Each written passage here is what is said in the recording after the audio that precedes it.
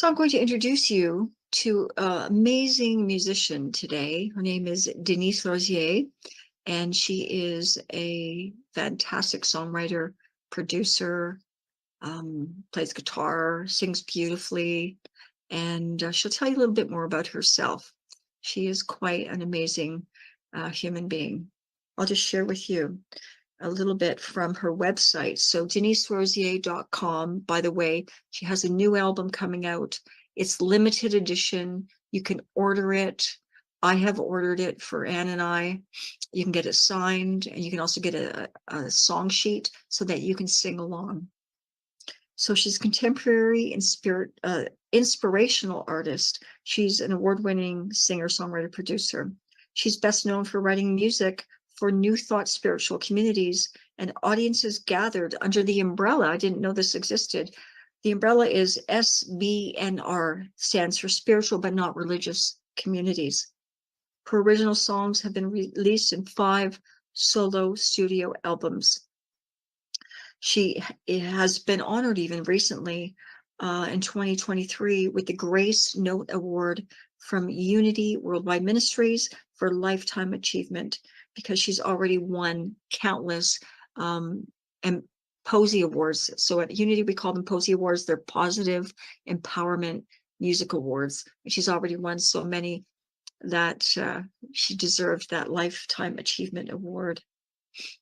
So she's had multiple albums. Her concerts, music, and messages enrich workshops all around North America and around the world. She has been so many places with her amazing music. And I'm going to let you just see what she has to say. I'm very excited to share this interview. This unraveled over a period of 4 or 5 months. So here we go.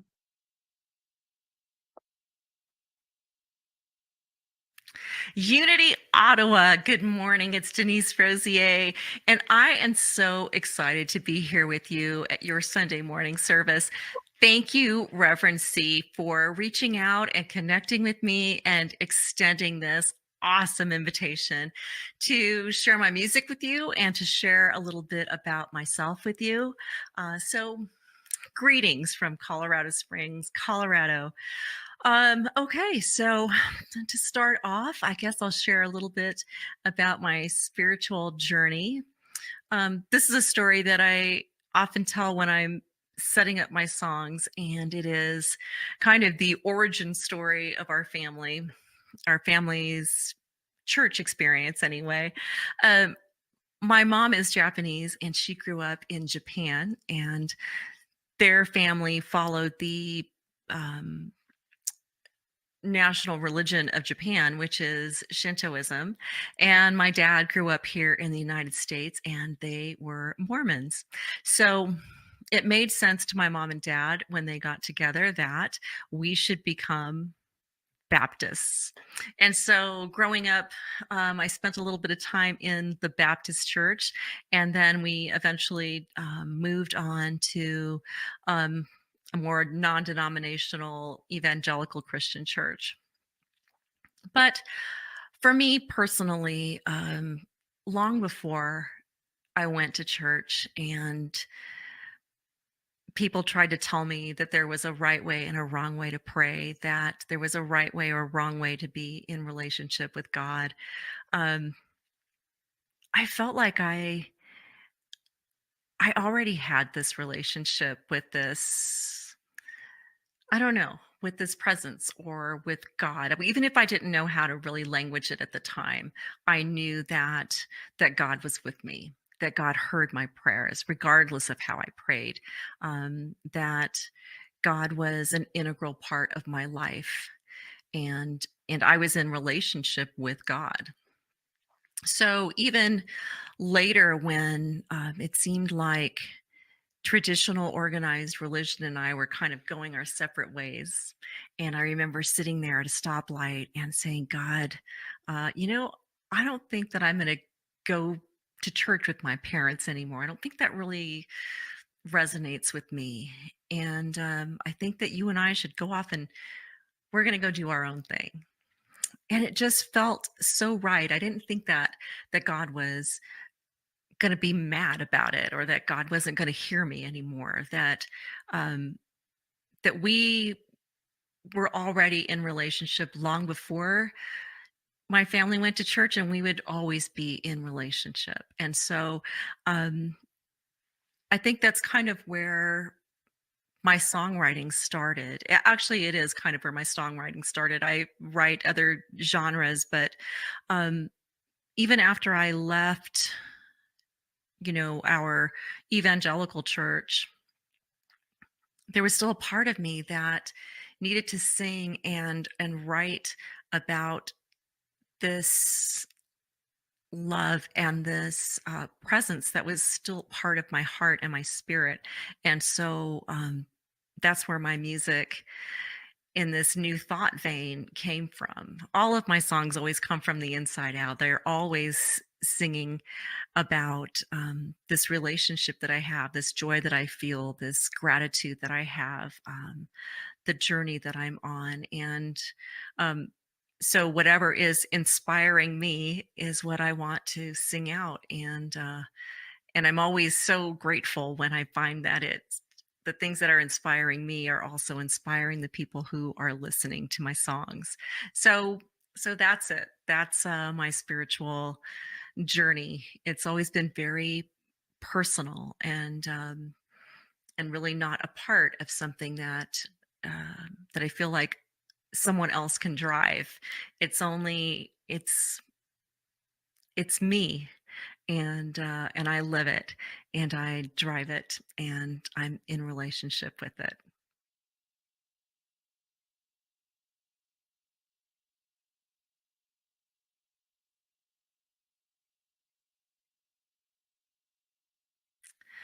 How did I find Empower? Well, first of all, I'm glad that you found my music on Empower.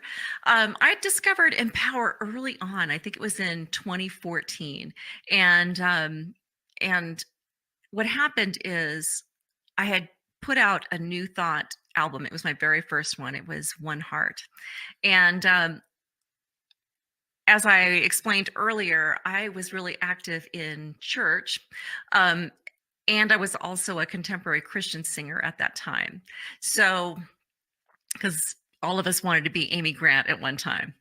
Uh, and so when I stopped going, to my parents' church, there was still this part of me that really needed to express um, this this love that I felt, this relationship that I had with God, with something spiritual, with something profound. And so I just kept writing songs. And I didn't know if anybody was going to connect with those songs or not. I just knew that I had to write them. And one day, um, some friends of mine who were New Thought artists contacted me, and they said, "Hey, we know somebody that's opening a brand new church. Would you like to sing there? And we think they'll really like your music." And I had no idea what New Thought was at all. So but I accepted, and I started singing there on that Sunday morning, and was trying to figure out, like, where else could I sing? Where else are these New Thought churches? And I discovered that they were kind of under this there were this umbrella of unity churches and centers for spiritual living. And so I started singing at a lot of those for a lot of those communities. And then eventually found my way over to Sue Riley and Richard McDeesey, who started Empower. And there's a whole community of New Thought musicians in there. And the song in 2014, my song I Know God, which was off of my One Heart album, was my very first Posy Award nomination. And from there it just kind of took off.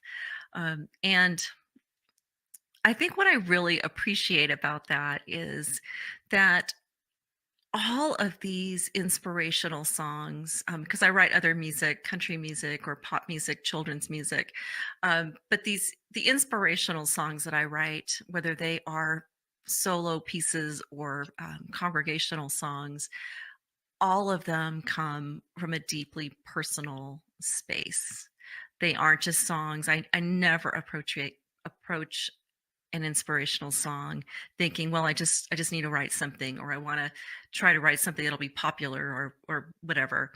Um, it all comes from something really personal, and I love so much that when I discovered this New Thought community and they discovered me, we we just loved each other, and found, there was just so much community and family there. And so it's been great. I've been writing New Thought music for, gosh, it'll be 13 years. And uh, no, it won't. It'll be 10 years or 11 years, something around somewhere between 10 and 11. And but I loved it. I have loved writing all of these songs for you. So yeah, that's how I know Empower, and and where all of my songs come from.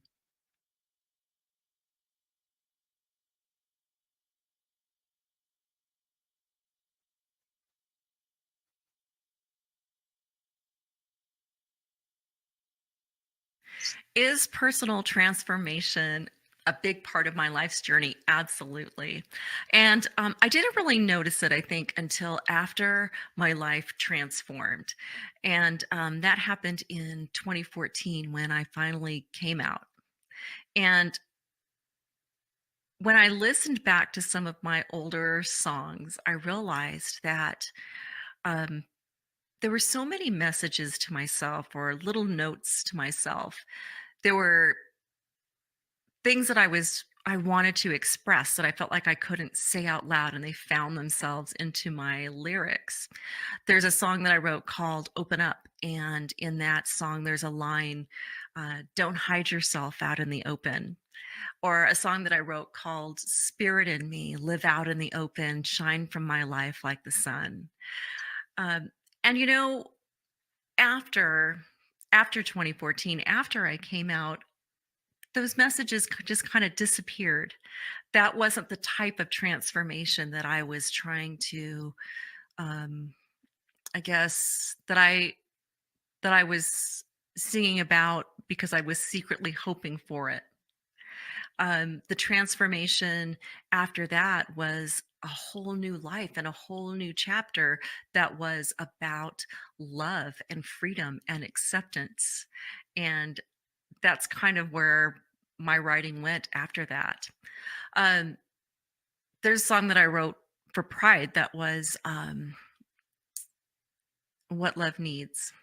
And in What Love Needs, it kind of addresses how easy it is for us right now because of social media to check the box of the things that we support. And we don't really have to actually do anything but click a like on a poster that somebody posts about freedom or about standing up for something. We just click like, and we think that everybody has seen that we've done that, and that means that we've shown up. But love needs us to actually show up um, as ourselves with our hands and feet and do the work that needs to be done to actually forward love and goodness and peace out into the world, to be those hands and feet of God. And so I think you're going to hear what love needs. And I am just so grateful again to have spent this time with you. Thank you, Reverend C and Unity Ottawa, for having me. And I hope to actually see you in person one day. So bless you all, and I hope to see you soon.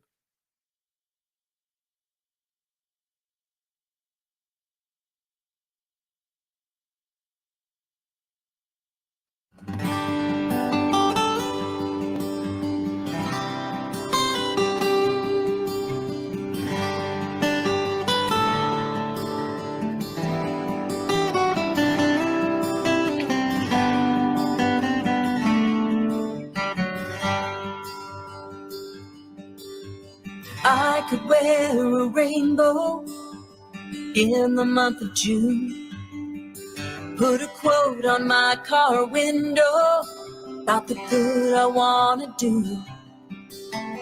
I could buy a poster praising everybody's worth. Take a picture by a waterfall and prove I care about the earth. To show I know what love means. That's who I could be. What love needs is my voice speaking from my truth. What love needs is showing up, knowing what is mine to do. What love needs are hands and feet. What love needs is me. I could circle holy places to visit when I can. Pin a ribbon on my overcoat, raise another flag. I could cheer the loudest for someone else's work. Tell the youth to go forward and heal the world of hurt. To show I know how love moves. That's what I could do. What love needs is my voice speaking from my truth. What love needs is showing up, knowing what is mine to do. What love needs are hands and feet. What love needs is me.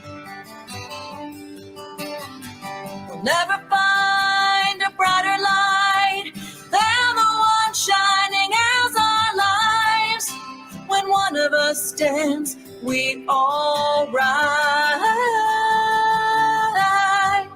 What love needs is my voice speaking from my truth.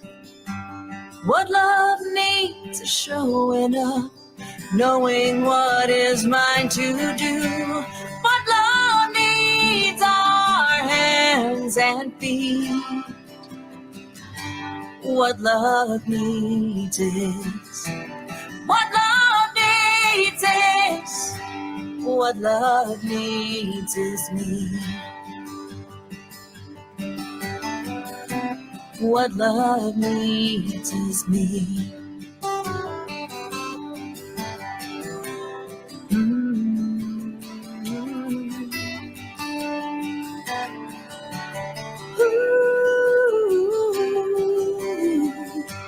What love needs is me.